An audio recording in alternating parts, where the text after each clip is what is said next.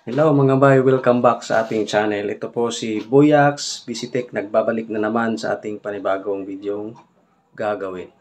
So ayan, so welcome back mga ka-newbie, mga ka-master natin dyan, no, na mahilig sa amplifier. So yung gagawin natin ngayon ay ito yung karugtong ng part 1 ng ating DIY amplifier, ano.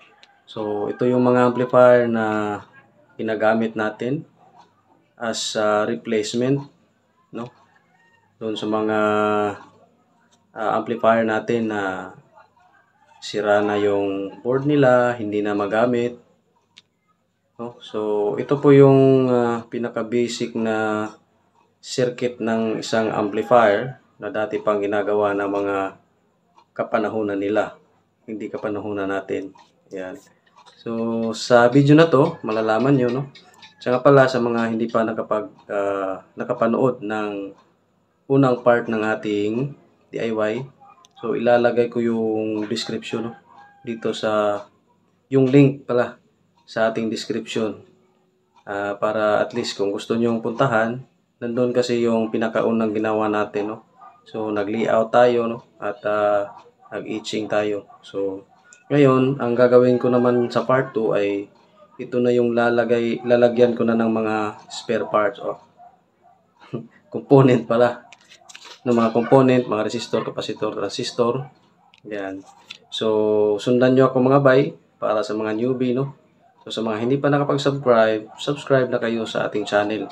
At huwag kalimutang i-hit yung ating notification bell para updated kayo sa mga panibago nating video. Tara! Ito na nga mga bay yung ating DIY. So ayan, sinimulan ko na mga bay kung napapansin nyo. Ayan, so ayan na siya ngayon at actually kulang pa yung mga pyesa dito, no. Kailangan ko pang bilhan to ng iba kasi ito lang yung kanyang mga available sa ngayon, no. Ayan, may fuse na at saka yung kanyang transistor, no. So nilakihan ko na siya mga bay para mas matibay.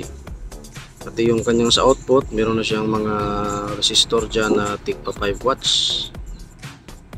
So ayan, so, kung mapapansin nyo mga bay, ito yung ginamit na natin, no? Yung output ng 502. Ayan,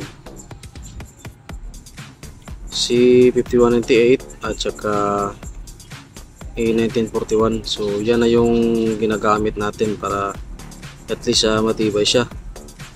Kasi medyo mataas na yung ating butahe dyan na gagamitin. So yan. So yung mga kulang naman dito mga bay ay konti lang naman, no. Ito yung mga kanyang mga resistor dito, no. Yan. Tapos meron pa dito yung capacitor, ayan, tsaka yung kanyang tatlong diode naman dito, no. Yan. So ayan siya. Tapos yung para sa base ng ating output na mga resistor. So sa ngayon mga bay, ito na siya, no.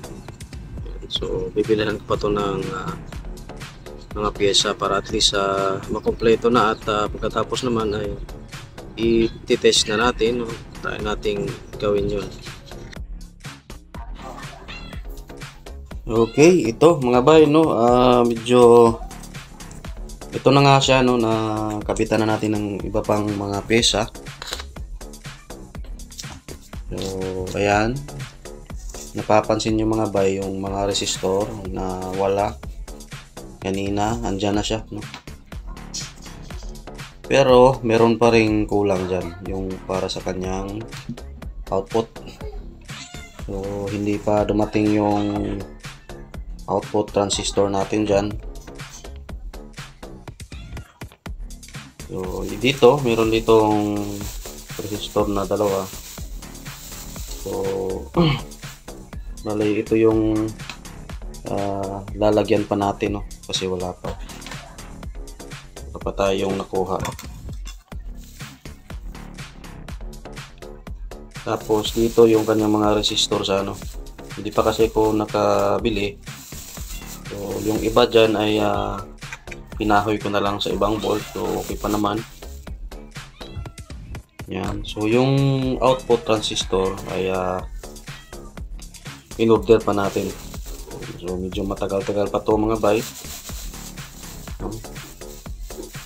Yan, so sige, dyan lang muna tayo mga bay, no? So ito na mga bay, no, yung hinihintay natin na pyesa. So ito na yung order natin, no, na mga output transistor para doon sa ating ginagawang amplifier. So ito na siya, no. So hapon na siya na deliver ng rider kasi hapon na rin tayo dumating galing sa isang biyahe, no. Nag-i-install kasi kami ng mga aircon, no. So ito na siya.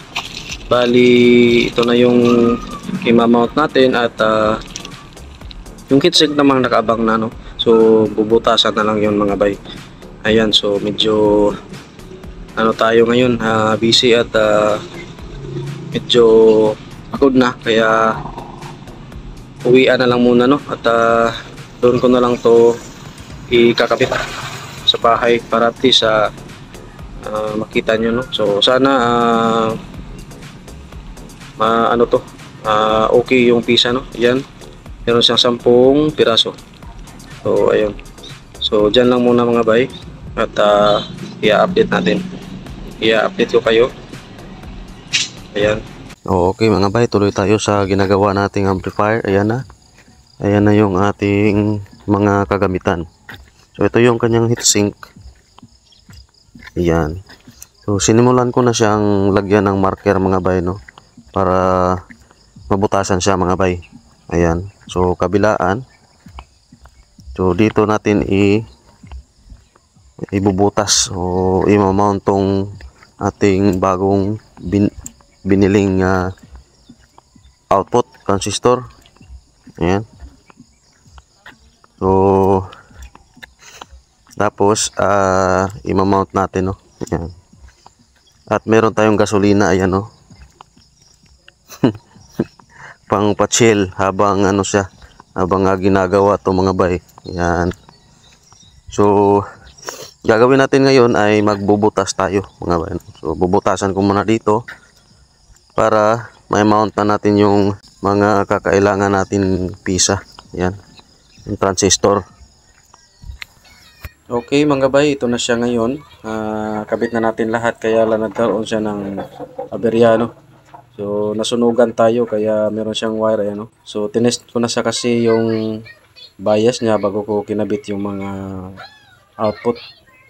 So nagkaroon siya ng problema, pero sa ngayon okay na siya mga bay, no. Bali yung problema niya ay nakuha na natin. So ayan, tinanggal lang natin yung dalawang capacitor na katabi ng ating drive at may isang capacitor din yan sa gitna, baliktad. So inayos natin at nakakuha na tayo ng tamang bias. So ngayon ito na siya, i-test na natin siya mga bay, no. So isi-set up ko, tingnan natin kung gaano siya kaganda o kalakas. So set up ko na lang to muna mga bay, ha. Ayan mga bay, ito na po yung kanyang tunog ngayon. So pinatunog na natin siya, no. Ayan, medyo malakas talaga siya mga bay.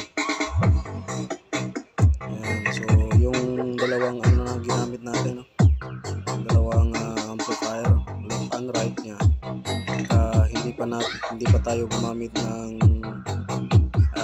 equalizer dyan, no? So nakadirekta lang siya. Tapos meron siyang dalawang potentiometer para sa kanyang volume.